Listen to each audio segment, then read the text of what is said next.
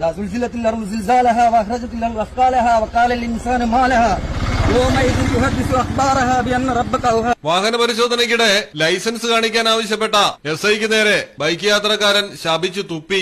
അറബി ഭാഷയിലാണ് ശാപവാക്കുകൾ ചൊരിഞ്ഞത്. ഞാൻ ഫൈൻ അടിച്ചോളാം, പ്രശ്നമില്ല, എനിക്കിപ്പോൾ ടൈമില്ല, എനിക്ക് 10 മണി പണിക്കാറുണ്ട്, പിടിച്ചേക്കണ കണക്കുണ്ട്. ആ ലൈസൻസ് ഞാൻ ഇപ്പൊ എടുത്തുതരാം. ഞാൻ അതിൽ പറഞ്ഞെന്ന് ചോദിച്ചാൽ അല്ലല്ലോ, പൈസ കൊടുക്കല്ലേ.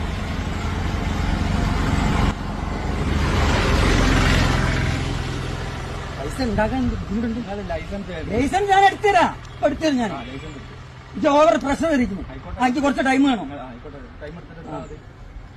എല്ലാം കൂടി മറിഞ്ഞിട്ട് കഴിവാണ്ട്. إذا زلزلت الأرض زلزالها وأخرجت الأرض أثقالها وقال الإنسان ما لها يومئذ تحدث أخبارها بأن ربك أوحى لها يومئذ يصدر الناس أشتاتا ليروا أعمالهم ومن يعمل مثقال ذرة خيرا يره ومن يعمل مثقال ذرة شرا. പത്തനംതിട്ട ജില്ലയിലെ കോഴഞ്ചേരിയിലാണ് സംഭവം. പതിവ് വാഹന പരിശോധനയ്ക്കിടെയാണ് ഇരുചക്ര വാഹനക്കാരനെ പോലീസ് കൈകാണിച്ചത്.